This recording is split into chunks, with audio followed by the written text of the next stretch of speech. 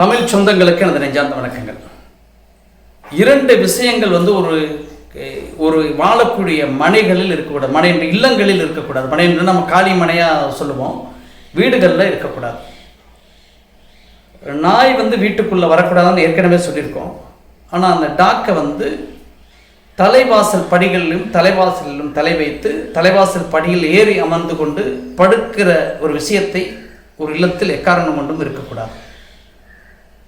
அப்படி இருக்கின்ற போது நிச்சயமாக அந்த வீட்டில் எதிர்மறை விஷயங்கள் நடக்கக்கூடிய இடமாக இருக்கும். இரண்டாவது, ஆடு கோழி போன்ற உயிரினங்களில் நம்ம கிராமப்புறங்களில் வளர்த்துவார்கள். அது வீட்டுக்குள்ளேயும் விட்டுருவாங்க. அந்த மாதிரி விஷயங்களை எக்காரணம் கொண்டும் செய்யக்கூடாது. இந்த ரெண்டு விஷயங்கள் ஒரு வீட்டில் நடக்கிறது என்று சொன்னால் நிச்சயமாக அவர்களுக்கு வறுமை என்கிற ஒரு சூழ்நிலை அவர்களுக்கு கட்டாயமாக இருக்கும். மற்றும் நோய் சார்ந்த நிகழ்வுகளில் எதிர்மறை செயல்களை கொடுக்கக்கூடிய விஷயமாக இந்த ரெண்டு விஷயங்களும் பார்க்கப்படுகிறது.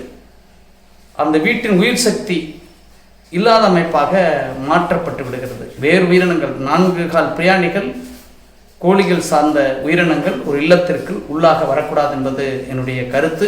நிறைய இடங்களில் பார்த்ததன் பதிவு தான் இது. படித்துவிட்டு சொல்லக்கூடிய விஷயம் கிடையாது. அந்த வகையில் எனது வாஸ்து பயணம் தமிழகம் முழுவதும் இருக்கிறது. அப்படிப்பட்ட பயணத்தில் பெரம்பலூர் மாவட்டம் சார்ந்த வேப்பந்தட்டை பகுதியில் வாஸ்து ஆலோசனை வேண்டும் என்கிற மக்கள் என்னை அழைக்கும் போது உங்களிடம் வருவேன். நன்றி, வணக்கம்.